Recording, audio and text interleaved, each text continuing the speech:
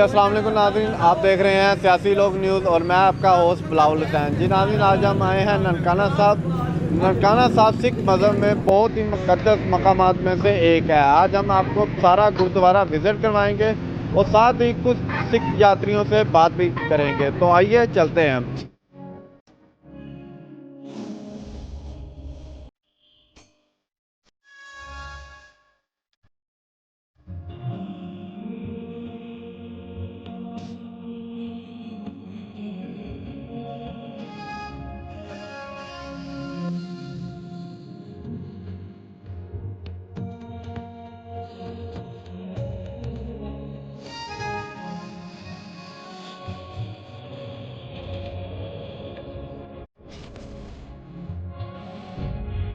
साढ़े 500 साल पुराना कुआं है। अब इन्होंने इसको बंद किया है क्योंकि लोग यहाँ पे आके एहतरामन जो है ना पैसे कंगन जो मस्काफ वगैरह नीचे फेंक देते हैं। इस वजह से उन्होंने इसको बंद कर दिया। इस पर दूसरी तरफ से टरबाइन लगा दी है ताकि पानी चलता रहे।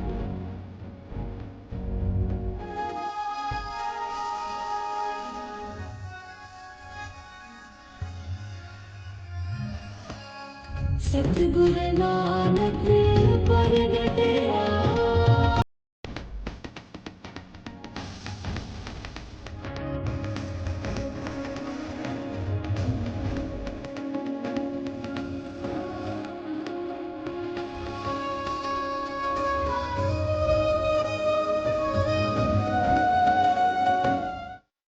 अस्सलामुअलैकुम जी, सत श्री अकाल, वाहिगुरू जी का खालसा वाहिगुਰੂ जी की फतेह।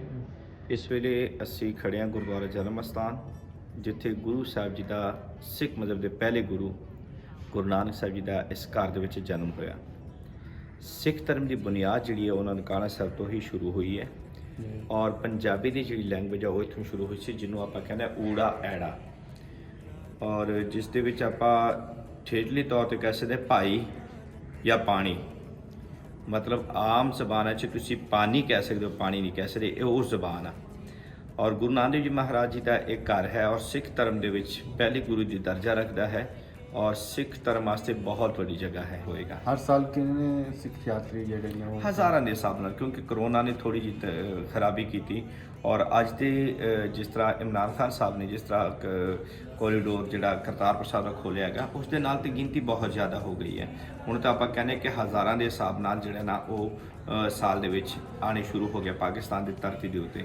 और जिस तरीके नाल मतलब ये जा रहे सी इमरान खान साहब, उस हिसाब नाल ते आपां इहनूं कह सकदे कि मज़ीद जिहड़े ने उस साल दे विच जिहड़े साडे 4 त्यौहार मनाए जाते हैं और 6 साडे होर ने 6 जिहदे च वो भी मज़ीद मतलब अगर वो शामिल किए जान तो लखां के हिसाब नाल तादाद हो जानी है जिहड़े पाकिस्तान च आउणगे और पाकिस्तान की धरती नूं चुमणगे और अपने गुरुआं नूं नतमस्तक होणगे।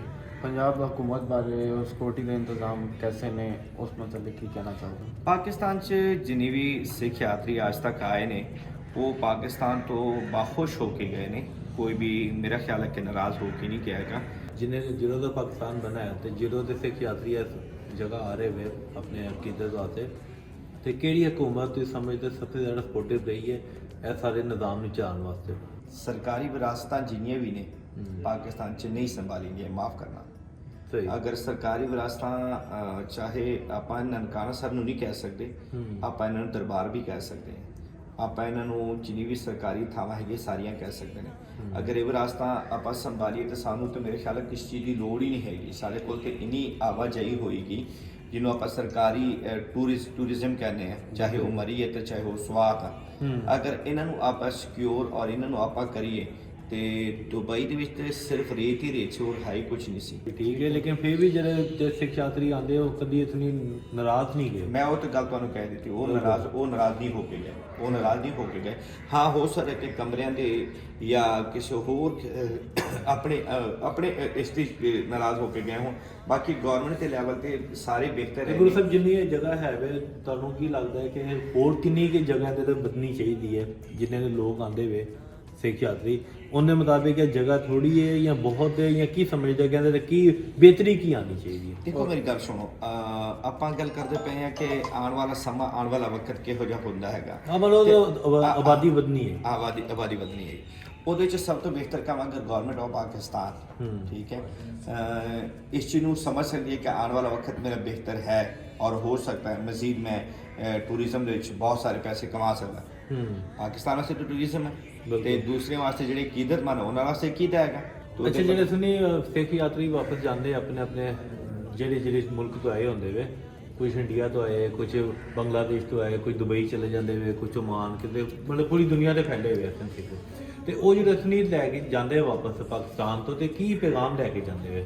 ਦੇਖੋ ਭਾਈ ਸਾਹਿਬ ਜੀ ਕੋਈ ਅੰਨਾ ਤਾਂ ਹੈ ਨਹੀਂ, ਚੱਲ ਫਿਰ ਕੇ ਦੇਖੋਗੇ, ਚੱਲ ਫਿਰ ਕੇ ਅਗਰ ਤੁਸੀਂ ਦੇਖਦੇ ਹੋ ਕਿ ਇਹ ਕੰਮ ਹੈਗਾ ਤੇ ਗਵਰਨਮੈਂਟ ਆਫ ਪਾਕਿਸਤਾਨ ਨੂੰ ਮਜ਼ੀਦ ਜਿਹੜੇ ਨੇ ਟੂਰਿਜ਼ਮ ਮਜ਼ੀਦ ਜਿਹੜੇ ਨੇ ਉਹ ਸਭ ਅੱਛੇ ਬਿਹਤਰ ਮਿਲਣੇ ਸ਼ੁਰੂ ਹੋ ਜਾਣਗੇ।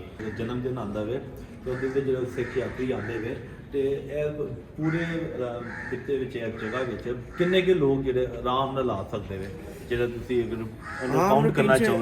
ਅਗਰ ਕਾਊਂਟ ਕਰੀਏ ਤੇ ਦੇਖੋ ਇਹ ਕਮਰੇ 'ਚ 4 ਬੰਦਿਆਂ ਦੇ ਵੀ ਹੋ ਸਕਦਾ, 2 ਬੰਦਿਆਂ ਦੇ ਵੀ ਹੋ ਸਕਦਾ ਹੈਗਾ, ਲੇਕਿਨ ਉਹਨਾਂ ਦਿਨਾਂ ਦੇ ਕਮਰੇ 'ਚ 10-10 ਬੰਦੇ ਵੀ ਹੁੰਦੇ ਨੇ, 15-15 ਬੰਦੇ ਵੀ ਹੁੰਦੇ ਨੇ ਤੇ ਉਹ ਇੱਕ ਮਿੰਟ ਉਹ ਮਤਲਬ ਜਿਹੜੀ ਜਿੰਨੀ ਸਾਨੂੰ ਜਗ੍ਹਾ ਨਜ਼ਰ ਆ ਰਹੀ ਹੈ ਨਹੀਂ ਇਹ ਨਹੀਂ, ਇਹ ਤੇ ਸਿਰਫ ਇਬਾਦਤ ਵਾਸਤੇ ਹੈ। ਨਹੀਂ ਮਤਲਬ ਇਹਦੇ ਮਤਲਬ ਫੁੱਲ ਹੋਈ ਹੁੰਦੀ ਹੈ? ਹਾਂ ਫੁੱਲ ਹੋਈ। ਨਾਨਕ ਜੀ ਵੇਈ ਵਿੱਚ ਚੁੱਭੀ ਮਾਰ ਕੇ ਤੰਦ ਛੇੜੀ ਏਕ ਓਂਕਾਰ ਦੀ। ਗੁਰੂ ਸਾਹਿਬ ਇਹ ਜਿਹੜਾ ਹੈਗਾ ਇਹ 200 ਲੋਕ ਸ਼ਹੀਦ ਹੋਏ ਸਨ, ਉਹਨਾਂ ਦੀ ਯਾਦਗਾਰ ਹੈ। 19 ਫਰਵਰੀ 1921 ਦੇ ਵਿੱਚ 200 ਸਿੱਖ ਜਿਹੜੇ ਸਨ ਇਸ ਜਗ੍ਹਾ ਤੇ ਸ਼ਹੀਦ ਹੋਏ ਸਨ। ਸਿੱਧੇ ਗਏ ਗੱਲ ਸ੍ਰਿਸ਼ਟੀਆਂ ਦੇ ਪਾਰ ਦੀ ਨਾਨਕ ਜੀ ਨਾਨਕ ਜੀ। और वो जो उस जगह का ਉਹ ਦਰਖਤ ਜਿਹੜਾ ਹੈ ਦਰਖਤ ਇਸੇ ਚੀਜ਼ ਦਾ ਹੈਗਾ, ਉਹ ਨਿਸ਼ਾਨੀ ਹੈਗੀ ਹੈ ਗੁਰੂ ਘਰ ਦੀ। ਮਤਲਬ ਪਹਿਲਾਂ ਗੁਰੂ ਘਰ ਦੇ ਵਿੱਚ ਦਰਖਤ ਹੁੰਦਾ ਸੀ, ਦਰਖਤ ਅਸੀਂ ਕਿਸੇ ਗੁਰਦੁਆਰੇ ਚੋਂ ਖਤਮ ਨਹੀਂ ਕੀਤੇ ਹੈਗੇ। ਤੋ ਇਸ ਕਰਕੇ ਮਤਲਬ ਗੁਰੂ ਘਰ ਦੇ ਵਿੱਚ ਹੈ ਤੇ ਇਹਦੇ ਨਾਲ 1921 ਦੇ ਵਿੱਚ ਬੰਦੇ ਨੂੰ ਬੰਨ ਕੇ ਜਲਾਇਆ ਗਿਆ ਸੀ ਤੇ ਉਹਦੀ ਮਤਲਬ ਉਹਦੀ ਵਜ੍ਹਾ ਤੋਂ ਫਿਰ ਉਹਨੂੰ ਯਾਦਗਾਰ ਬਣਾਇਆ ਗਿਆ। वो दोबारा ਮੈਂ ਦੱਸ ਦਿੱਤਾ ਇਹੀ ਹੈ।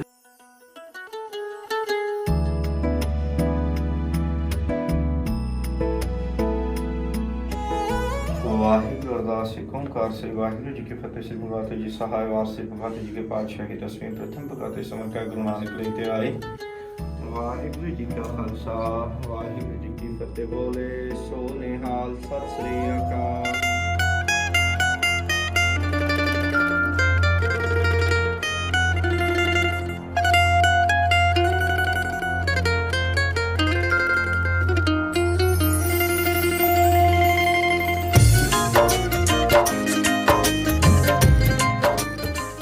जी नाज़रीन, हमारे साथ मौजूद हैं गोपाल सिंह चावला का जो chairman Punjabi Sikh singer theatre, और इनसे हम पूछेंगे कि इस शहर की हिस्ट्री क्या है और यहाँ पे लोग जो दूर दूर से आते हैं वो क्यों आते हैं। जी बहुत शुक्रिया।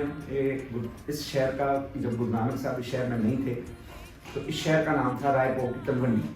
अच्छा, तलवंडी। इस रायपुर की तलवंडी में जो यहाँ के हाकम थे वो रायबुलार भट्टी थे। रायबुलार भट्टी के पटवारी थे जो गुरु नानक साहब के वालिद साहब थे। तो गुरु नानक साहब का यहाँ पे पैदा होना जो है उसकी वजह से ये हमारे लिए ऐसे है, इतनी मुकद्दस जगह है कि हमारी गुरबाणी में कहते हैं कि जिथे बाबा पैर करे पूजा आसन थापन सोवा। तो गुरु नानक साहब जहाँ पे पैदा हुए हैं, यहाँ पे उनका बचपन गुजरा है। यहाँ पे फिर 7 गुरुद्वारे और हैं। ये गुरुद्वारा है जन्म स्थान, गुरु नानक साहब बर्थ प्लेस। तो यहाँ पे गुरुद्वारा बालीला साहब है जहाँ पे गुरु नानक साहब खेलते थे। फिर यहाँ पे गुरुद्वारा पट्टी साहब है जहाँ पे गुरु नानक साहब ने पट्टी पढ़ाई थी कि अलफ से पहले अल्लाह है। फिर यहाँ पे गुरुद्वारा तंबू साहब है। गुरु नानक साहब को जब 20 रुपये दे के भेजा गया था कि आप चूरकाना से सौदा लें, तो फिर गुरु नानक साहब वहाँ पे लंगर शुरू कर देते हैं, गरीबों को खाना खिलाते हैं।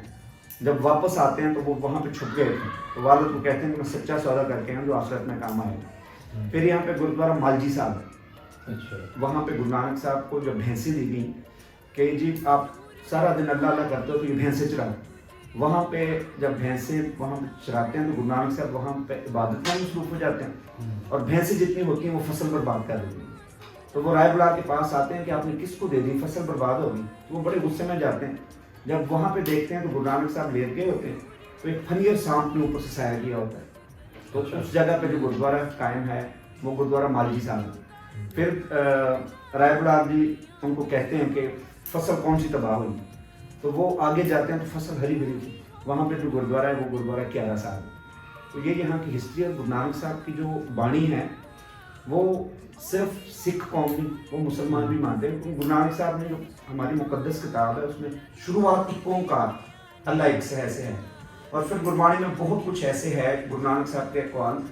गुरु नानक साहब एक जगह पे गुरु ग्रंथ साहब में फरमाते हैं कि आपे बीच आपे ही खाए नानक हुक्म ही आए जाए, यानी कि दुनिया के लिए ये है कि जो बीजोगे वो खाओगे, रब के हुक्म में आए और रब के हुक्म में जाओ। अच्छा, गोपाल सिंह चावला साहब, हमें ये बताएं कि आप पंजाबी इसके चेयरमैन बने अपने आप PSS के, पंजाबी सिख सिंगर के, तो ये आप कब बने और आपकी इसकी हिस्ट्री क्या आपकी अपनी? ये हमने 2013 में बनाई थी, 2013। क्योंकि पाकिस्तान सिख गुरुद्वारा प्रबंधक कमेटी जो है उसका हम ये मीडिया विंग बनाया था, और ये PSS हमने बनाया था कि इंडिया का RSS जो है वो इन सिख कौम को दबाने में लगा होता है। एक हमारा चैनल है कि हम रोज का हुक्मनामा भेजते हैं पूरी दुनिया में, और लोगों को ये दिखाते हैं कि पाकिस्तान एक अमन पसंद मुल्क है, पाकिस्तान एक प्यारा मुल्क है, और हमारा जो विरसा है वो पाकिस्तान में बिल्कुल कायम है। तो आपकी ये जो आपकी आपने बनाई है पंजाबी सिख सिंगर, इससे आपको क्या लगता है कि पूरी दुनिया में अमन का पैगाम गया है? जी बिल्कुल गया है, और रोज जाता है, क्योंकि हम रोज 2 घंटे का कीर्तन लाइव सुबह भी चलाते हैं, शाम को भी चलाते हैं, और पूरी दुनिया को यूट्यूब पे दिखा दें ताकि दुनिया जो है वो पाकिस्तान के साथ जुड़ी हो। इंडिया में भी इतनी आबादी है, सिख जो है तकरीबन 30-35 करोड़ के करीब हैं, तो आप उनको जो है अमन का पैगाम वैसे क्यों नहीं दे सके खुल के जिस तरह पाकिस्तान में हम देते हैं पैगाम? देखो जी, बात ये होती है, बात होती है मिसगाइडेंस की। जो इंडिया का मीडिया है वो इंडिया के साथ बहुत ज्यादा, मैं कहता हूँ, मुखलिस है।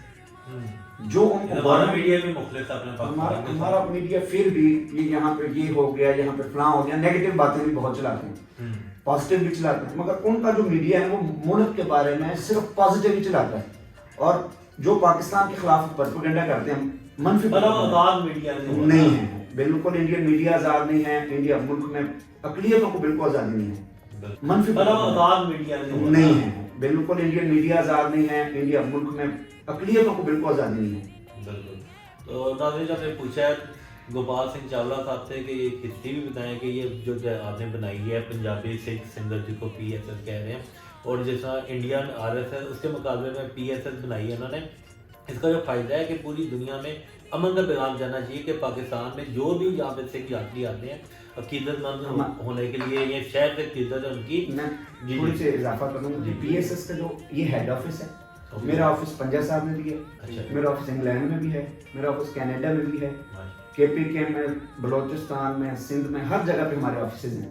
तो मैं एज अ चेयरमैन उसको देखता हूँ, और कोशिश करते हैं कि हमारी जो लोकल कम्युनिटी है, जो बाहर की कम्युनिटी है, उनके साथ कोई ज्यादती ना हो, उनको हम मतलब यहाँ पे जो दुनिया के किसी भी कोने से कोई यहाँ पे आया है उसके लिए सबसे इम्पोर्टेंट चीज़ है कि उसको यहाँ पे सिक्योरिटी मिलनी चाहिए, उसको रास्ते में कोई इशू ना हो, उसके बाद जाते हुए कोई ना हो, आते हुए, खास तौर पे इस जगह पे जो अपना मुकद्दस जगह यहाँ पे आके उसके साथ कोई चोरी चिकारी वाला मामला ना हो, कोई लड़ाई झगड़े वाला मामला ना हो। अगर इस तरह का मामला होगा, आपको पता है मीडिया वैसे ही बड़ा हाईलाइट करता है। लास्ट में मैं ये जानना चाहूँगा, सिख यात्रियों के लिए क्या पैगाम देना चाहेंगे, जितने भी पूरी दुनिया में मेरा ये पैगाम है कि आप आए, क्योंकि जैसे आप जाते हैं मक्का हज करने, तो ये गुरु नानक का दर हमारा हज है। हमारे दोनों मकाम जो गुरु नानक साहब जब इस दुनिया से रुखसत हुए, वो भी जगह हमारे पास करतारपुर साहब पाकिस्तान में, और जन्म स्थान भी पाकिस्तान में। तो मेरी हाथ जोड़ के बेनती है कि ज़्यादा से ज़्यादा आएँ और गुरु घर के दर्शन करें। नानक दा भैण नानक ही फरमाया, जद मुख वेखिया नानक दा। जी नाज़रीन, यहाँ पे मैं आपसे चाहूँगा इजाज़त, जैसा कि आपको मैंने पूरा ननकाना साहब विज़िट करवाया है। और नाज़रीन, यहाँ पे मैं ये भी बताता चलूँ कि हमारे जो सियासी लोग के CEO हैं उमर हुसैन चौधरी साहब, वो भी आज मेरे साथ ननकाना साहब विज़िट करने के लिए आए हैं। नाज़रीन, बहुत शुक्रिया, अल्लाह हाफिज़।